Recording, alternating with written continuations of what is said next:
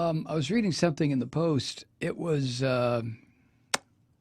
back in 2009, and Jimmy Fallon, the at the time had been given the assignment of the new host of NBC Tonight Show, the late night with Jimmy Fallon. Now wait a minute, Jimmy Fallon is ABC, right? Which one is? Yeah. No, that's NBC. Who's the host? Mm-hmm. Okay. Um, I'm not sure of that. Can you look it up for me? Jimmy Fallon. Okay. Anyway, Fallon had just started his new gig as host of the Late Show with Jimmy Fallon, or Late Night with Jimmy Fallon. And he was invited to the Obama White House along with a bunch of other stars for a 4th of July celebration. And he said he was standing on the South Lawn of the Obama administration's first Independence Day celebration in 2009. And Fallon, to use his own words, was, quote, like freaking out. He said, quote, this is amazing. I can't believe I'm on the White House lawn. This makes no sense. And that was in a taped interview a few hours before his evening performance. He also said that that afternoon or that evening, quote, I'll never forget this 4th of July, ever. I guess it would be, quite a deal, wouldn't it? Anyway, he went on to perform on the same stage with other contemporary stars like the Foo Fighters and Michelle Branch. He said, it's such an honor to be here. I'm so honored. This is so cool. Okay. We get it, Jimmy. He was totally overwhelmed. Anyway, it goes without saying that performing at the White House is a really, really, really big deal. At least it was during the Obama years. That's when, marquee names, the so-called bold-faced names, lined up to take the hot summer stage on the South Lawn of the White House. And join in with the fireworks going on in the mall in the background. There were acts then like The Killers, Cedric the Entertainer, Brad Paisley, Pitbull, Bruno Mars, Kendrick Lamar, Janelle Monáe, all sorts of names. And they would have a big White House barbecue and a concert and a fireworks viewing party. And it was organized, all of this is organized by the United Service Organization, the USO, for more than 1,000 military troops and their families who were the special guests. But that was then. This is now. This year, guess who's going to be taking the stage at the Trump 4th of July celebration? Want to guess? 2 American Idol finalists. No, not the winners. The finalists. One is named Jax, and the other one is named Johnny Brenz. Ever heard of him? Not ringing a bell? Nothing going off? Well, you're not alone. There's also a country singer who is going to be performing tonight. Her name is Sarah Evans, whose last hit was titled Lost. And it got a lot of airplay in 2010.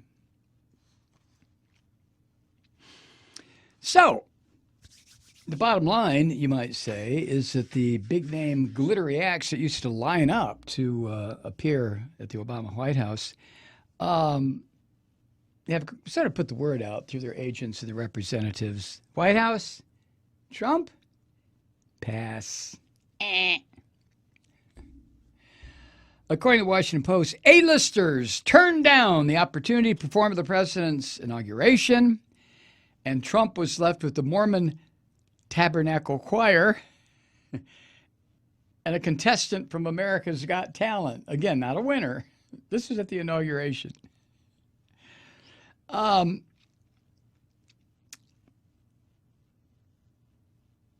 Well, let's face it, most of the entertainment world in the 2016 election stumped for Hillary Clinton, who won the election, but not in the states where the Russians and Trump and his fucked up family jiggered everything around and engineered so that he would get the electoral votes. But most entertainers, most artists, most performers do not like fascists.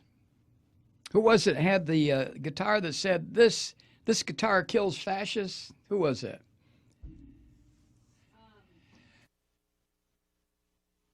We all know who it was. Everybody knows who it was except me. Huh? No, no, no, no. Somebody back in the 30s. But anyway,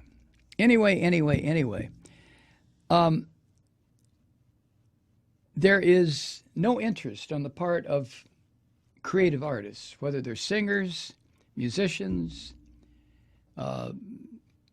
choirs, jugglers. Who wants to go perform like a trained monkey for some asshole like Trump, who is taking the country into fascism? Maybe, who's the guy that sang, Proud to be an American? Lee Greenwood. He wasn't even invited. So, now since he decided to go ahead and take this July 4th gig, well, it is a gag too, this guy, Jax, he's a singer who finished third on American Idol in 2015. Jesus fucking Christ. Anyway, Jax has got a whole bunch of social media backlog. In a recent interview with TMZ, Jax sought to make, it's a woman, to make her decision to play on the White House lawn, not about the guy who lives inside. No, it had nothing to do with him. She said, it's kind of a really unfortunate thing. People can't separate politics and patriotism. What the hell does that mean? I mean, politics is patriotism, right? How and why would you want to separate them? All right, that's okay, Jax. Anyway, she tweeted this week, quote, I would have jumped at the chance to perform for any president. It's an honor and once-in-a-lifetime opportunity to perform at the White House for a military event. Okay, get off on it, Jax. Have fun. Let us know if Trump tries to run his hand up your dress. There's a classic pianist who also will be playing tonight. Her name is Lola Astanova. Lola Astanova. All right, Lola, bust ass, baby. You too, Jax. Now, as the Post points out, the addition of any performers at 1600 Pennsylvania Avenue is a step up from last year's Independence Day events.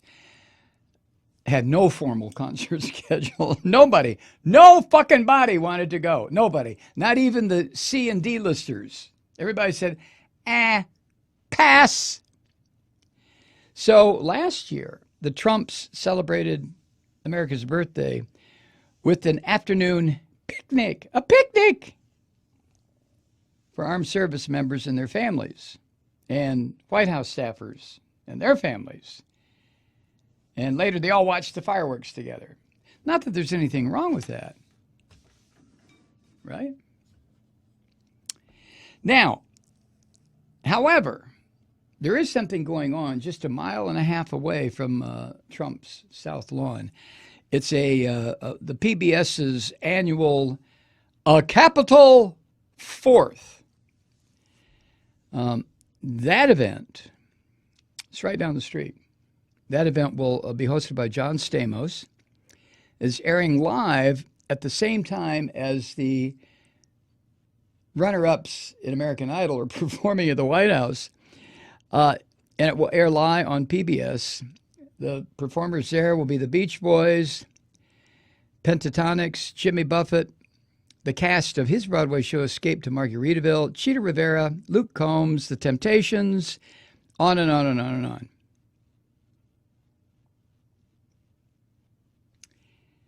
which to me is a perfect way of telling this dumb fuck in the White House, who was never accepted by anybody in New York.